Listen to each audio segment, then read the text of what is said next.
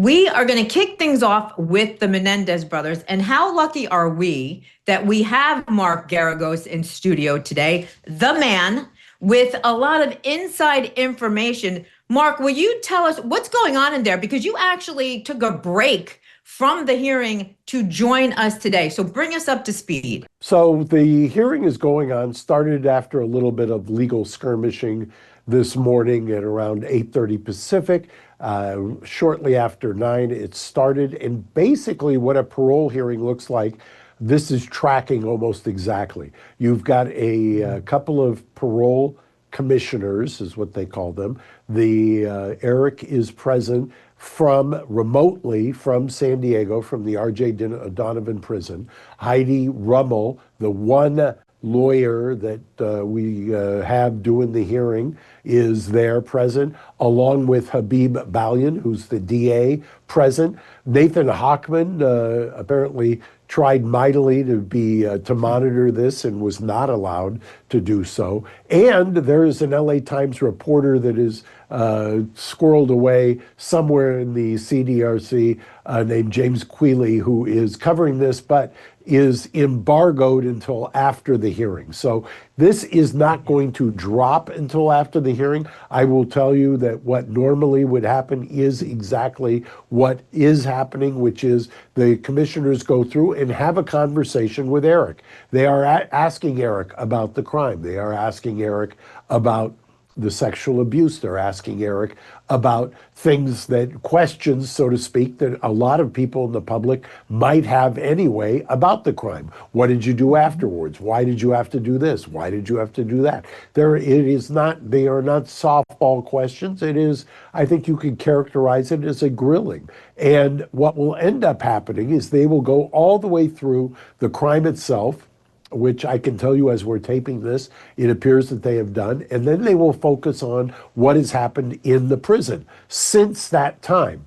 And yesterday, we're taping this on the 21st, yesterday, August 20th, was 36 years to the day from the crime. 36 years, if you can believe it. And they have been in custody since then. And I will prognosticate that they will go through all the minutia of that 30 some odd years that they've been in the prison. Because remember, they were in the LA County Jail. Not only were their two trials sandwiched between the OJ trial, and that's always been my argument, that the second trial started 8 days after OJ's acquittal, and so that's why you saw the judge do all the things shenanigans that he did. But remember, while they were waiting during those two trials, they were in the LA County Jail where OJ was. In fact, there's a lot of people who tell the story that Leslie Abramson was responsible for Johnnie Cochran representing OJ. And Leslie, of course, was the lawyer for Eric Menendez, both in trials 1 and 2. We will have, by the time this drops, a decision, because at the end of the hearing, when they've finished asking all the questions, the victims will all weigh in. This is one of those incredibly unicorn-like situations where all of the relatives of the defendant are also the victims, and they are uniformly asking that they be released. You'll get closing statements, and then they'll retire. The two commissioners will actually deliberate and announce their decision today.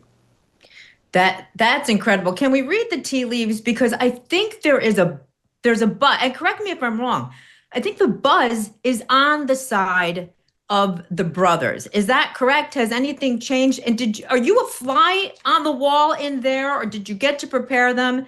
Tell us what you're feeling.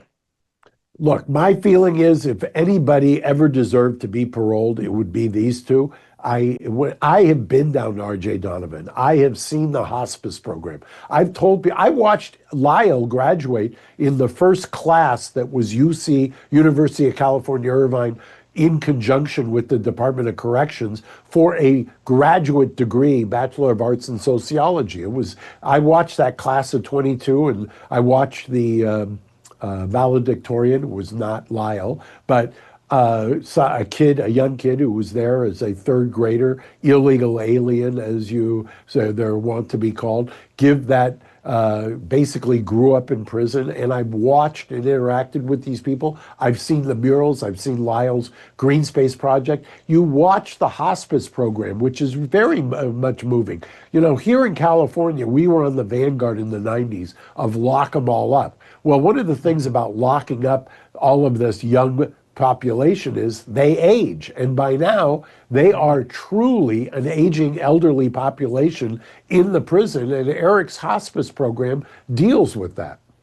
So yeah, they really did some pretty remarkable things behind bars, and they've had 3 decades to do that. I get it. But after today, the cases, well, once both hearings are done, the cases are going to land on Governor Newsom's desk, if I'm correct. And I think we have a SOT, if we could play SOT 0. He's giving a statement to a reporter in his pure GQ fashion. Let's take a look at that. We're just a few weeks away, August 21st and 2nd, I think, where the parole board is going to make a decision and make a recommendation to you that lands on my desk. Right. Mr. Murphy. That's heavy stuff. It's heavy stuff. And you know what? Intentionally, and I remember that conversation with you. I remember going back, and I kept having a temptation to want to see it, but with the recognition always in the back of my mind that this thing may land on my desk. I don't want to be persuaded by something that's not in the files. Yeah, I get that. Guys, I apologize. He was speaking to Ryan Murphy, who was the creator of the Netflix series Monsters, the Lyle and Eric Menendez story. But still, what do you think, Mark? You think he's going to rubber stamp this a go? Well, I've had my issues with Governor Newsom on parolees and getting favorable rulings and him reversing it in the past. I have about as good a feeling as one can have. So having said that, if they get the ruling they deserve, that he's not going to stand in the way. In fact, I would probably urge him, and this is a nuance maybe you guys can appreciate, we also have a live habeas. If they get parole, that habeas is still alive, so to speak. If he grants clemency, meaning he just says, that's it, you're not under state control anymore, that habeas arguably goes away. So it'll be very interesting to see what he does in the event that we get the ruling we think we deserve, and that he says, I don't need to wait the 120 days. I'm convinced at this point, because I think that's what will happen. Yeah, it doesn't sound like he's going to take a whole lot of time.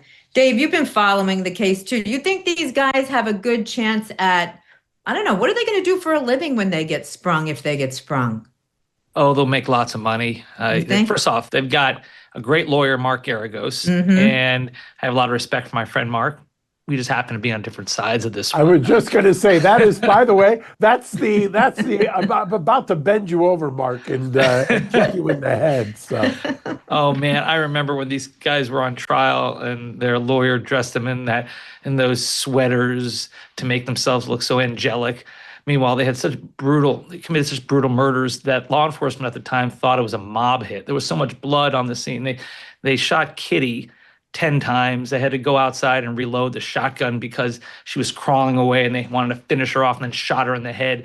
And then they went on a shopping spree, a spending spree. You can see them on the back of Mark Jackson's NBA card. He's dribbling in the back. There they are in the front row seats of the Knicks. So I guess people grieve in different ways. But well, let me disabuse you, Dave, of a couple of things. First of all, the Mark Jackson card, I don't believe is them, although it does kind of look like them. I'll give you that. Number two, the grand jury here twice rejected, and you know how hard that is, twice rejected the financial motive. And number three, I've always said about the why Kitty, besides the fact that shows that there's a whole lot of rage there, Eric has testified, by the way, and Lyle is the one who testified about going out to reload. Nobody would know that but for Lyle's testimony in trial number one. And number three, number four, doesn't that speak to the amount of rage they had, and I think corroborate Eric, who said he had found out that his mother was protecting his father all this time, which we now know from the resentencing earlier this year.